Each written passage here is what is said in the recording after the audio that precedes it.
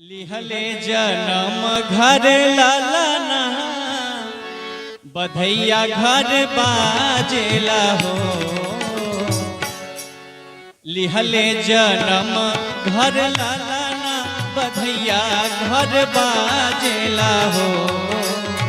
लिहले जन्म घर लालना बधैया घर बाजेला हो।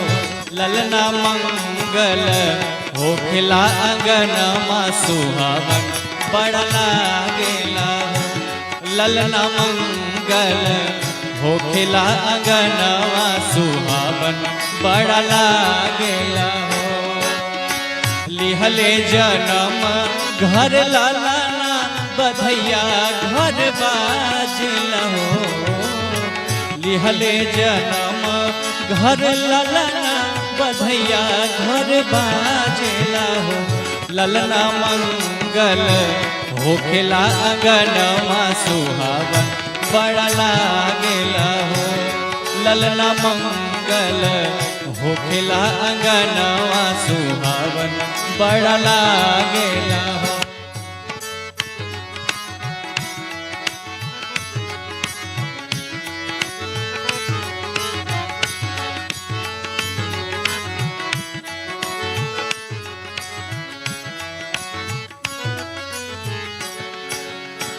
नाचत ही जड़ा पमड़िया बजावत थपड़िया हो। नाचत ही जड़ा पमड़िया बजावत थपड़िया हो। ललना मंगल लंगलना मांगेला नाक के बेसरिया तनी एगो सड़िया हो। ललना मांगेला नाक के बेसरिया तनी एगो सड़िया नो।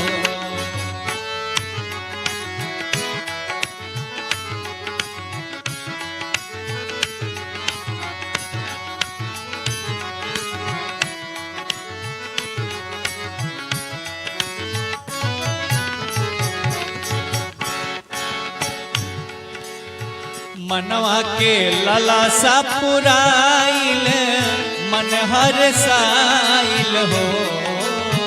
मनवा के ललासा पुराइल मन हर साइल हो। ललना खुश भैले कुल के देवतावा न शुभ दिन आइल हो। ललना खुश भैले कुल के देवतावा शुभ दिन आइल।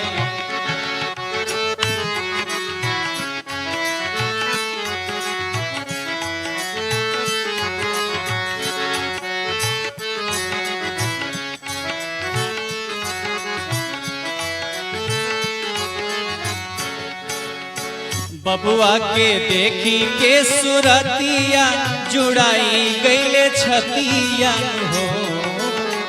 बबुआ के देखी के सुरतिया जुड़ाई गईले छतिया हो। ललना बरल दीप आज मोरे घरवा गुलशन कहे बतिया हो। ललना बरल दीप आज मोर घरवा गुलशन कहे बतिया हो।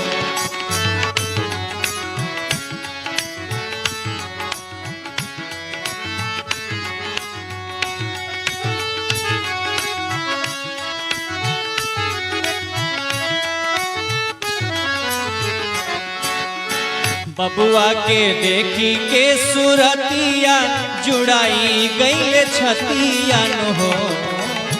बबुआ के देखी के सुरतिया जुड़ाई गईले छतिया हो। ललना बरल दीप आज मोरे घरवा अरे गुलशन कहे बतिया हो। ललना बरल दीप आज मोरे घरवा गुलशन कहे बतिया हो।